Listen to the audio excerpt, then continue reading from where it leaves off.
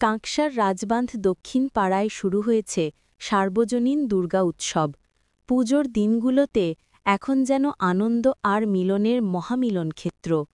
গ্রামীণ আবহ, মাটির গন্ধ, ঢাকের তালে তালে ভেসে আসা ধুনুচি নাচ সবকিছু মিলে দক্ষিণ পাড়ার পুজো হয়ে উঠেছে এক অনন্য অভিজ্ঞতা। প্রতি বছরের মতো এবছরও গ্রামবাসীরা মিলেমিশে নিজেদের হাতে গড়ে তুলেছেন মণ্ডপ।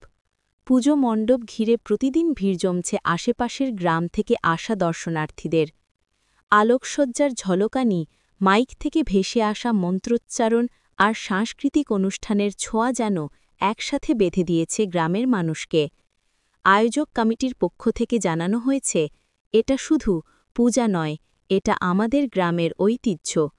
প্রজন্মের পর প্রজন্ম আমরা এই আনন্দ ভাগ করে নিতে চাই সকলের সাথে। সকলকে আমরা আমন্ত্রণ জানাই, এসে দেখুন গ্রামীণ পুজোর আসল আনন্দ কেমন হয়। পুজোর পাশাপাশি প্রতি রাতে থাকছে সাংস্কৃতিক অনুষ্ঠান, নৃত্য ও সঙ্গীতের আসর। শিশু থেকে বয়স্ক, নারী পুরুষ সবাই মেতে উঠেছেন উৎসবের আনন্দে।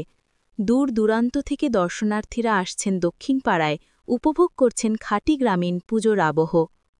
এলাকার মানুষজনের দাবি, গ্রামীণ পুজোর সেই সহজ সরল অথচ আবেগে ভরা আনন্দ একবার যারা উপভোগ করবেন তারা প্রতি বছরই আবার ফিরে আসতে চাইবেন।